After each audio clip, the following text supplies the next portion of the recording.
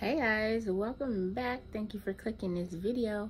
Happy March Madness number 27.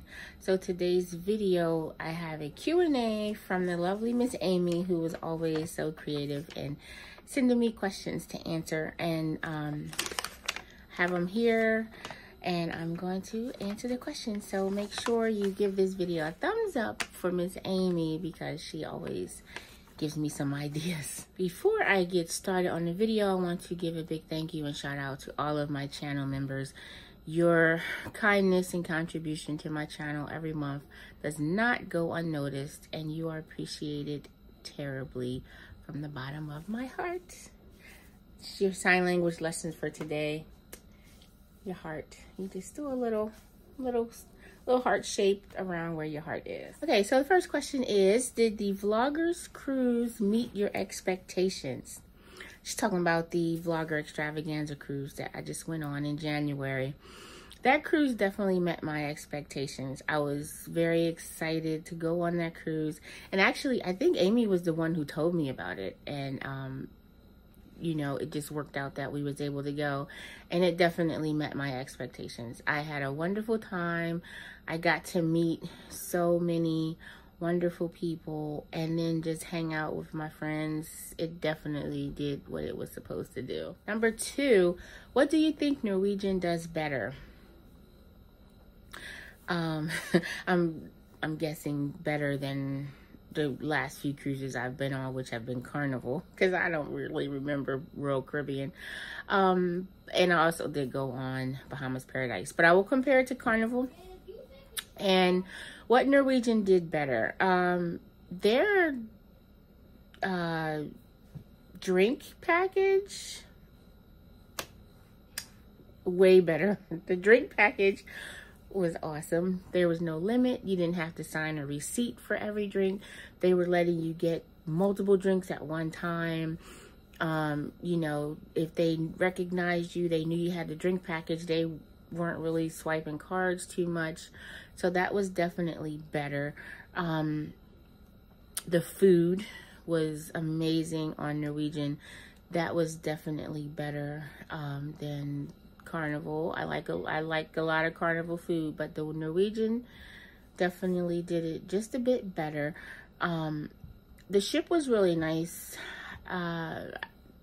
It was bigger, so I don't know if the ship was better. Like, I don't really compare a lot of the, like, because the decor was different. It was like a different style, a different setting, a different mood. So I think for me, definitely the food was better. The drink package and how they handled all that, I feel, was better also. Number 3, what do you think Carnival does better? Carnival, better, definitely embarkation. We sat around and waited a lot at Norwegian, just because they didn't start boarding till a certain time. So it seemed like everybody on the ship was in the waiting area. So I think embarkation is done better by Carnival. The freedom, I will say, let me say, Norwegian has that whole freestyle cruise thing. It wasn't not very freestyle to me. I think they not marketing this whole freestyle, free at sea or whatever it is, the way they should, because it's not freestyle. You have to try to hurry up and book everything. It's like a mad dash to try to get stuff, you know, comedy shows, regular shows, the dinners, even just little things that they have, the games and things like that. It just didn't seem as free to me as they make it out to be.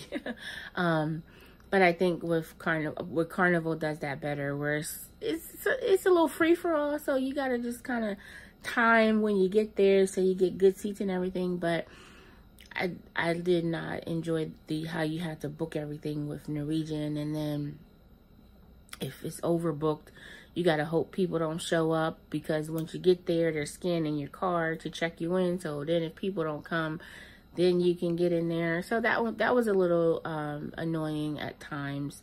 So Carnival definitely does that. Carnival does sail away better. The Norwegian sail away, the breakaway sail away was fun.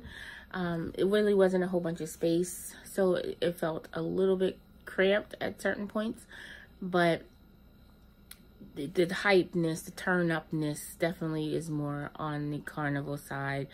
I'm gonna say it's a tie for the entertainment as far as the shows, because I love the stage shows, and the ones on Norwegian were good, and I love the ones on Carnival, so those are good. And then their trivias and stuff like that. Some of the games that Norwegian had, I definitely enjoyed a little better. Some of them were a little bit more interactive with it, but the staff on Carnival is way better. Like Carnival, their staff is more friendlier, more hyper attitude and energy and things like that. So that's how that compares. Number 4, is it easier to stay on a budget if you're cruising with Carnival or Norwegian? My budget is going to be my budget no matter which cruise line I'm on, just because I plan it out. You know, I'm paying for everything as far as gratuities and all that on board. Better. Carnival, their onboard credit is better. Okay, so I say the onboard credit was better because with Carnival, like, I think with me, I just wasn't sure how the onboard credit worked, what you could use it for with Norwegian. So I went in sort of thinking it was kind of like Carnival, and it wasn't what you could use it for. So that, I can't blame Norwegian for that. That's my fault for not researching better. But it was a little nerve-wracking because I didn't know. But anyway, that's neither here nor there. But my budget is, I can do my budget because I use the cash system, so I know exactly how much money I have. I know exactly what I'm going to spend, and I can do that. I will say another thing that I think Carnival does better was, like with Carnival, you can add on your cash at the kiosk. They usually have one by the casino. They usually have one by the guest services desk. And there really wasn't a place that you could do that on Norwegian. So if you needed to add more money to your account, you got to wait in a long line and all that. So that was another thing. But I have a budget for, you know, for how much I'm going to spend on drinks or how much I'm going to spend in the casino. And usually I'll just buy cruise cash or something like that. So my budget is the same no matter which cruise line I'm going on. Number 5, is there something you saw on one cruise line that you didn't see on another cruise line that you would like to see? I would like to see the no signing of receipts on Carnival. And it's not even really that big of a deal, but you now realize how a tiny bit of first world inconvenience that it is until you don't have to do it. Like, just the fact that you could get your drink and go on Norwegian, it was like, wow. On Carnival, it's like, oh, sign the paper, sign the paper, sign the paper. I liked on Carnival, since I started getting the drink package, I like that they have that specialty coffee shop where you can get up and get your coffees and things like that. The Breakaway had the Starbucks, but that line was always long. I'm not really a big fan of Starbucks. So something like that. What else? I do like that the Norwegian, I enjoyed the people making you wash your hands before you went to the buffet, and they out there singing their washy washy song. It was really nice because that employee that did that, he just made it so much more entertaining while you're waiting to wash your hands. And I know Carnival has some stations on some of their ships where you can wash your hands, but it was just fun to see him out there singing his washy washy song. Number 6, would the NCL Breakaway make your top 3 cruise ship list? Well, my favorite ship is the Carnival Pride. I think it could make the top list of cruise ships. It was very nice. It was a very nice ship. Easy to navigate once you kind of figured your way. I love the outside. Every time I see a Norwegian ship, I just love that they have the decorations on the outside. So yeah, I could say it could make the top 3. I don't really, other than the Pride, I don't really have like, oh, I love that ship. Horizon was nice. So yeah, I put the Breakaway up there. Number 7, do you ever get seasick and how do you handle it? No, I've only gotten nausea. I won't even say seasick, but I did get nauseous one time when we were sailing on the Pride, and we sailed in December, and coming back into Baltimore, it was just rough seas, and like everybody was bumping into each other. And I do remember just feeling, oh, and honestly what I think I did was just went back to my cabin and laid down until the feeling went away. But I've never gotten completely seasick, so I'm gonna keep that trend going. Number 8, are you afraid of getting the norovirus on the cruise? No. I honestly, no. I've gotten coronavirus on the cruise and I survived that. So as long as I'm not dying, I just have to get over it and get better. I'm not afraid of getting it. You know, stuff happens.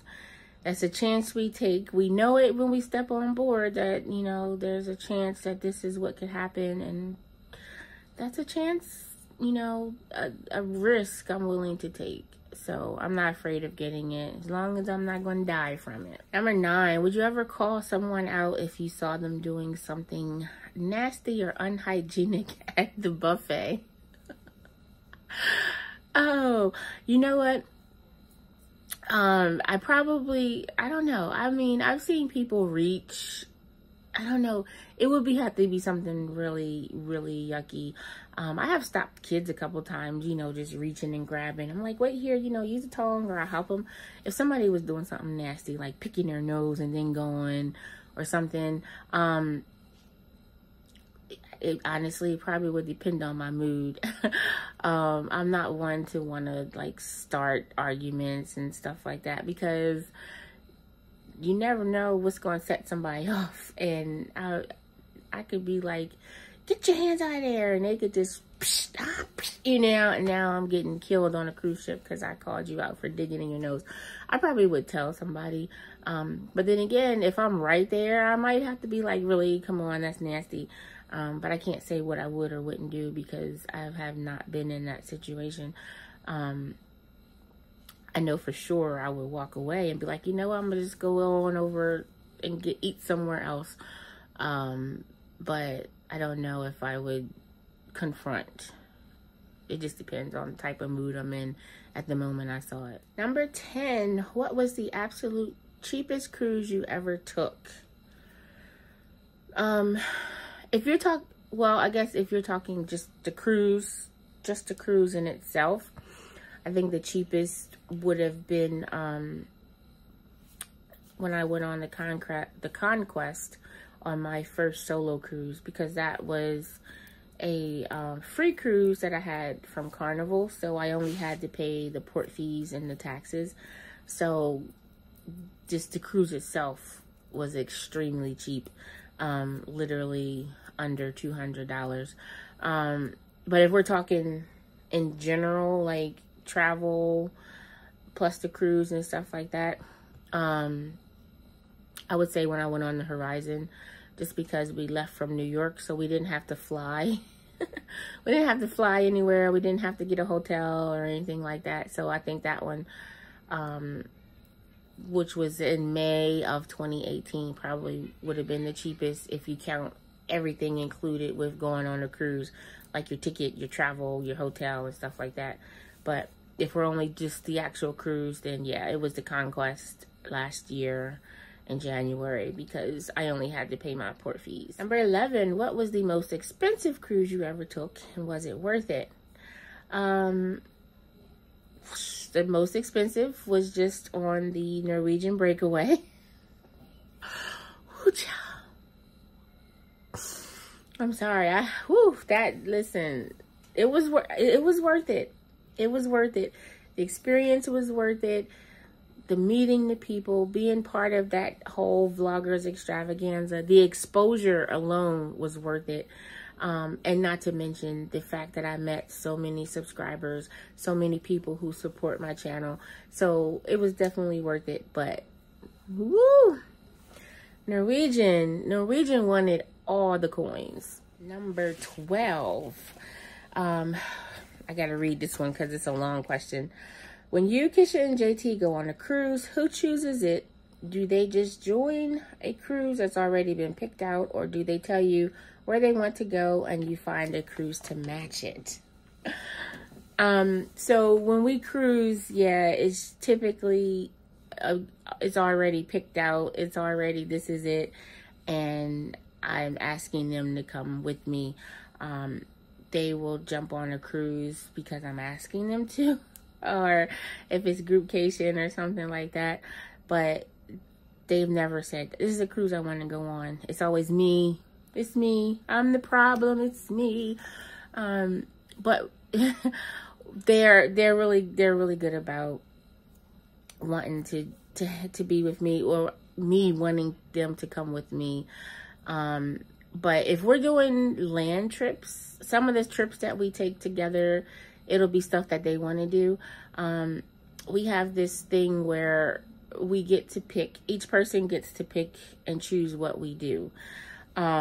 So if you'll notice in the vlogs, I'll be like, oh, it's JT's turn to pick and she wants to go here, or it's Kisha's turn, we're going to do this. So it's just usually when it's my turn, I want to do a cruise because I just love to go on cruises, or it's a groupcation thing and I want them to come because I know a lot of the people who are coming on groupcation also want to meet those two. But the cruises are mainly my thing, and they just, you know, appease me after all the begging and pleading that I do with them. Okay, and the last question is, did you find a version of the Carnival's melting cake on Norwegian? And if so, did you try it? No. I do believe JT tried a melting cake of some sort. I don't know. I do not like it. I do not like it. I do not want to try it. There's no way you can make a lava cake that's going to make me want to try it. I don't like chocolate that much. And I definitely don't want my cake undone. I do believe she tried it though, and said that it was good. She had it with some ice cream. But no, that's not my ministry. I do not want to try any lava cake. Yucky. But I will say, Norwegian had some very, very great desserts. They had this banana cream cake several times, and it was the best ever. So I will stick with that. All right, there you have it. Thank you so much to Amy for the questions. I always appreciate when you send me a Q&A. Thank you so much for watching. Give this video a thumbs up. If you made it this far, you are not subscribed, hit that subscribe button on your way out. We'll see you tomorrow for more March Madness.